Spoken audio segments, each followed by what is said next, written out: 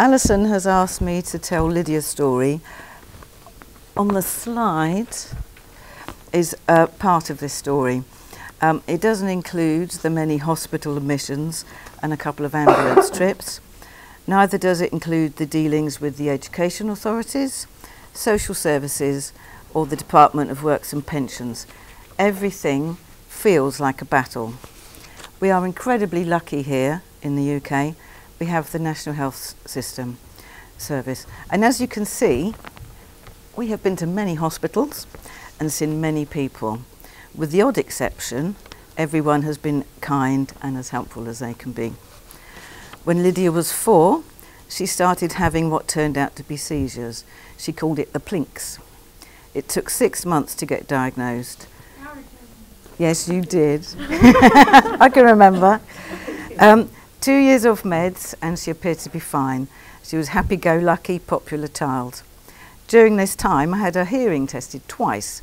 Looking back, I guess she was having brief non-convulsive seizures and wasn't deaf, as I thought. When Lydia was 11, the seizures returned. It didn't take long to get the Ring 20 diagnosis, unless you count from when she was 4. And we started working our way through all the meds and the side effects.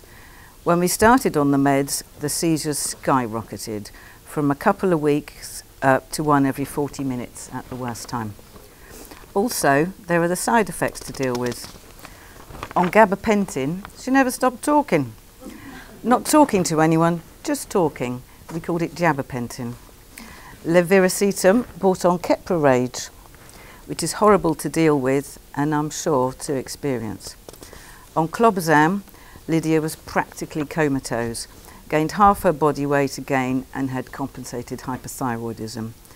She was difficult to wake in the mornings. I used to sit her up in bed, wrap her in a dressing gown and use that to drag and bounce her down the stairs. At age 15, Lydia slipped into non-convulsive status. She was half in and half out for several months.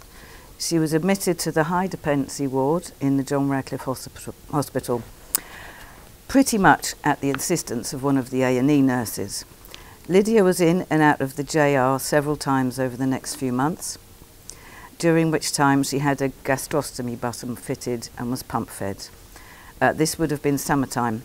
In the October, she was having a pump feed. She looked across at the carbonara I was making, homemade, not from a jar, and I asked her if she would like some. She nodded. I gave her a serving and after she started speaking. This was the first time she had spoken for 4 months.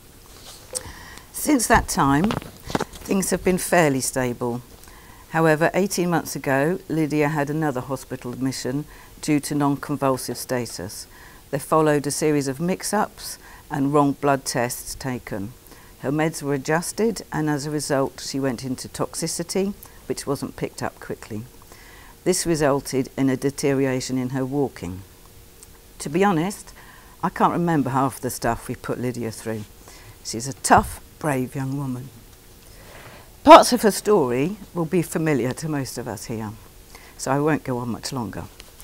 Our neurologist, Dr. Pike, asked me after one of the med changes if things had improved. I said no, just another load of not good enough. Thank you for listening.